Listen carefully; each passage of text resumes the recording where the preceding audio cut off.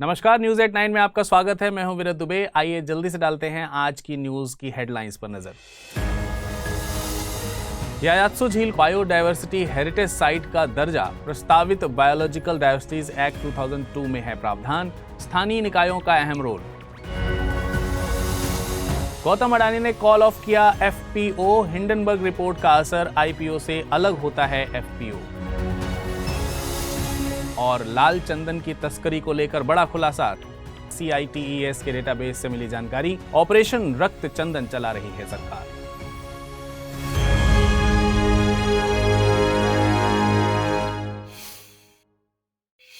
आइए खबरों में बढ़ते हैं आगे, पर उससे पहले मैं आपको बता दूं कि अगर इस बुलेटिन को आप PDF फॉर्म में पढ़ना चाहते हैं तो अमृत उपाध्याय 007 इस टेलीग्राम पर जाकर डाउनलोड कर आसानी से पढ़ सकते हैं।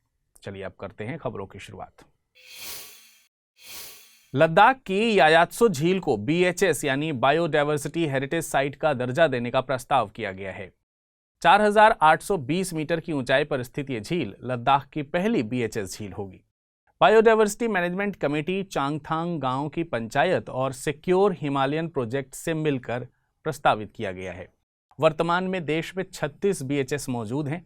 ओडिशा में गजपति जिले में स्थित महेंद्रगिरी को साल 2022 में 36वीं BHS का दर्जा दिया गया है। 2007 में नल्लूर टेमरिंग ग्रोम मंगलूर को भारत के पहले BHS का दर्जा दिया गया है। आपको बता दें कि BDA यानी बायोडायवर्सिटीज एक्ट 2002 के तहत राज्य सरकारें स्थानीय निकायों की सलाह से जैव विविधता के महत्व वाले क्षेत्रों को BHS नोटिफाई कर सकती हैं। राज्य सरकारों को यह शक्ति एक्ट की धारा 37 से मिलती है। BDA 2002 के तहत 3 स्तरीय संरचना की बात की गई है। राष्ट्रीय स्तर पर NBA यानी नेशनल बायोडायवर्सिटी अथॉरिटी, राज्य के स्तर पर स्टेट बायोडायवर्सिटी बोर्ड और स्थानीय स्तर पर बायोडायवर्सिटी मैनेजमेंट कमेटी की बात कही गई है। NBA का गठन एक्ट के तहत साल 2003 में किया गया था। किसी क्षेत्र को BHS घोषित करने के लिए BDA 2002 के तहत 9 शर्तों का प्रावधान किया गया है। BHS घोषित करने के लिए किसी एक शर्त को पूरा करना जरूरी होता है। इन शर्तों में निम्नलिखित चीजें शामिल हैं। पहली शर्त है ऐसे क्षेत्र जो प्राकृतिक, अर्ध प्राकृतिक और मानव निर्मित पैटर्न से बने हों, साथ ही जीवन के कई रूपों की पर्याय विविधता हो। दूसरी शर्त ऐसे क्षेत्रों की बात करती है जहां पर घरेलू जैव विविधता घटक या सतत कृषि पद्धतियों के साथ रिप्रेजेंटेटिव एग्रो इकोसिस्टम्स मौजूद हों। तीसरी शर्त में ऐसे क्षेत्रों की बात कही गई है जो जैव विविधता के लिहाज से तो अहम है, साथ ही महत्वपूर्ण सांस्कृतिक स्थल भी हैं, मसलन पवित्र उपवन या पेड़ या बड़े सामुदायिक संरक्षित क्षेत्र। चौथी शर्त में ऐसे क्षेत्रों को शामिल किया जाता है जो इंडेंजर्ड और एंडेमिक फ्लोरा और फौना यानी वनस्पति और जीवों की शरण मुहैया कराते हैं। पांचवी शर्त में बताया गया है कि इसमें हर तरह की भूमि को शामिल किया जा रहा है या जा सकता है, चाहे यह सरकारी हो, सामुदायिक या फिर निजी हो। छठी शर्त के मुताबिक यहां तक पॉसिबल हो उन साइट्स को शामिल किया जाता है जो पहले से वन्यजीव संरक्षण अधिनियम 1972 के तहत जो संरक्षित क्षेत्र नेटवर्क में शामिल ना हो। सातवीं शर्त में उन क्षेत्रों की बात कही गई है जो प्रवासी भारतीयों को फीडिंग और ब्रीडिंग ग्राउंड मुहैया कराते हैं। आठवीं शर्त में उन क्षेत्रों की बात कही गई है जिन्हें वन विभाग की रिसर्च विंग में संरक्षित किया गया हो। नौवीं शर्त में मेडिसिन प्लांट कंजर्वेशन एरियाज की बात कही गई है। हाल ही में CITES यानी सिटीज के ट्रेड डेटाबेस ने लाल चंदन की तस्करी को लेकर एक बड़ा खुलासा किया है। डेटाबेस के मुताबिक लाल चंदन की जब्ती की तकरीबन 28 घटनाओं को दर्ज किया गया है। गौरतलब है कि विदेश व्यापार नीति के तहत भारत से लाल चंदन के निर्यात को प्रतिबंधित किया गया है। डायरेक्टरेट ऑफ रेवेन्यू इंटेलिजेंस इसकी स्मगलिंग को रोकने के लिए ऑपरेशन रक्त चंदन चलाता है। लाल चंदन आंध्र प्रदेश के पूर्वी घाट के वनों की स्थानिक वनस्पति प्रजाति है। IUCN की रेड लिस्ट में इसे इंडेंजर्ड का दर्जा दिया गया है। CITES यानी convention on international trade in endangered species of wild life, fauna and flora की अपेंडिक्स 2 में जगह दी गई है। वहीं भारत के वन्य जीव संरक्षण अधिनियम 1972 की अनुसूची 4 में शामिल है। लाल चंदन बेहद धीमी गति से वृद्धि करने वाले वृक्ष हैं।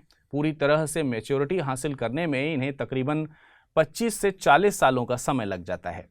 इनकी ऊंचाई 10 से 15 मीटर तक हो सकती है। ऐसा दावा किया जाता है कि ये भारत की सबसे ज्यादा एक्सप्लॉइटेड ट्री स्पीशीज में से एक हैं। इसके सुंदर रंग और मेडिसिनल प्रॉपर्टीज के चलते पूरे एशिया, मुख्य तौर पर चीन में इसकी भारी मांग है। सबसे ज्यादा इलीगल एक्सपोर्ट्स भी चीन के लिए किए जाते हैं।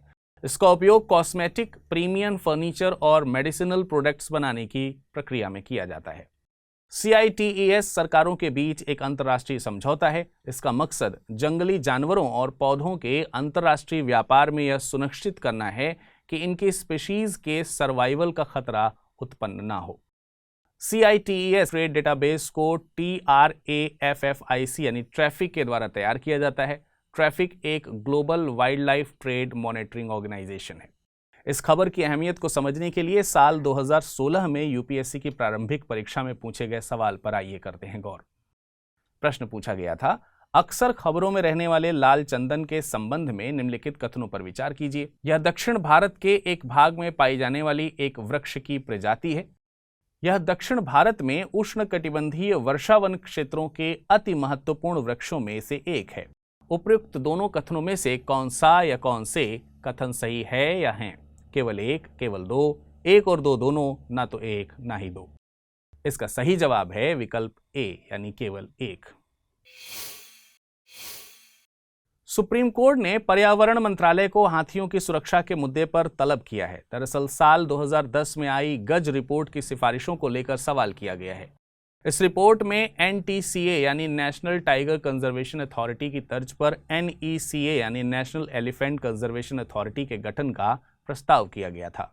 रिपोर्ट में NECA को एक सांविधिक संस्था के तौर पर गठित करने की सिफारिश की गई थी। कोर्ट में इसी को लेकर प्रेरणा सिंह बिंद्रा द्वारा एक याचिका दायर की गई है। केंद्र को इस याचिका पर जवाब देने के लिए 4 हफ्तों का समय दिया गया है। गौरतलब है कि भारतीय हाथी को वन्य जीव संरक्षण अधिनियम 1972 की अनुसूची 1 में संरक्षण दिया गया है। साथ ही इसकी अपेंडिक्स 1 में अधिसूचित किया गया है। एशियन एलिफेंट IUCN की रेड लिस्ट में इंडेंजर्ड हैं। हाथी पृथ्वी पर मौजूद सबसे बड़े लैंड मैमल हैं। मादा हाथी का जेस्टेशन पीरियड 22 महीनों का होता है, जो किसी भी मैमल में सबसे लंबा है। इनके समूह को मादा हाथी द्वारा लीड किया जाता है। दुनिया में हाथियों की तकरीबन 60% आबादी भारत में पाई जाती है। भारत में सबसे ज्यादा हाथी कर्नाटक में पाए जाते हैं। इसके बाद असम में, फिर केरल का स्थान आता है।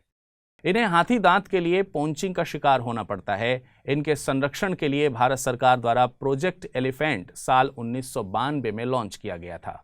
इसे सेंट्रली स्पॉन्सर्ड स्कीम के तौर पर लॉन्च किया गया था। इसका मकसद हाथियों का संरक्षण करना और ह्यूमन एलिफेंट कॉन्फ्लिक्ट के मुद्दे पर काम करना है।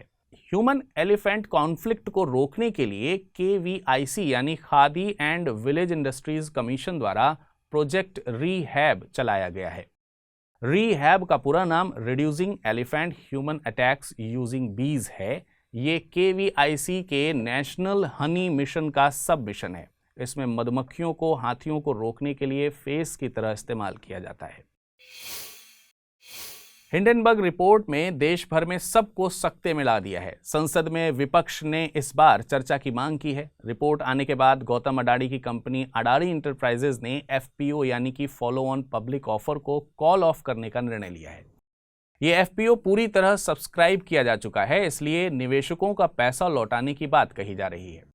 हम जानेंगे कि FPO क्या होता है, साथ ही समझेंगे कि IPO से ये कैसे अलग है। किसी कंपनी द्वारा IPO के बाद एडिशनल शेयर्स FPO के नाम से जारी किए जाते हैं।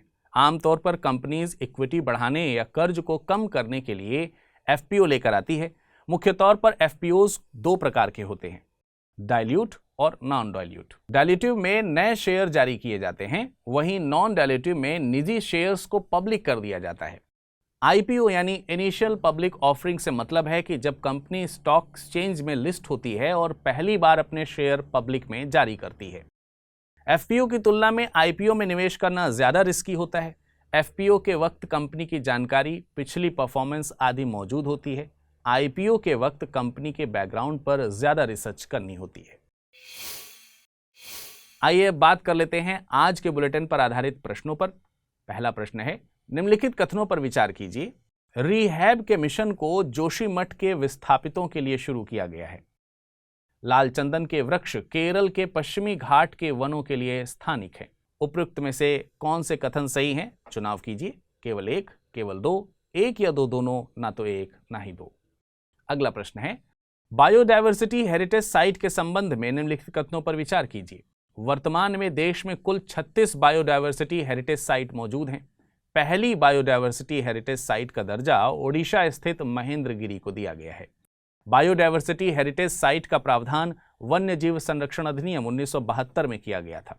नीचे दिए गए कूटों का प्रयोग कर सही उत्तर का चयन कीजिए। केवल एक, केवल 1 और 2, केवल 1 और 3 या फिर 1, 2 और 3।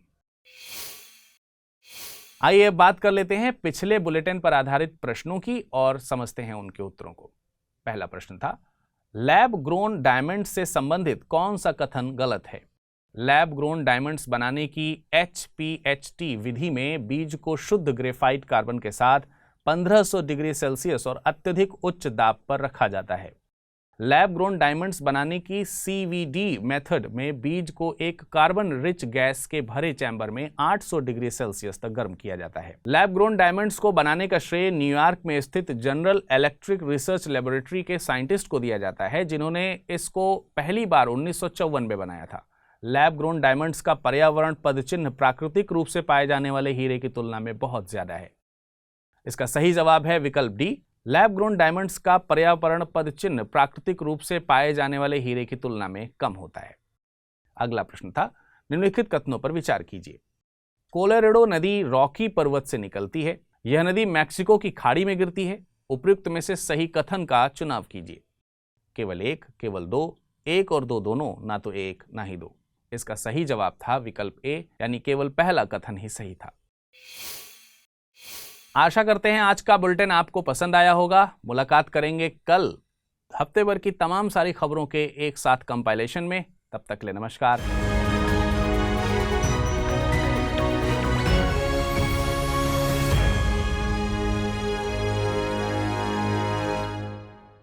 हिंदी में UPSC की तैयारी से संबंधित प्रोग्राम्स को देखने के लिए सब्सक्राइब करें स्टडी IQ IAS हिंदी।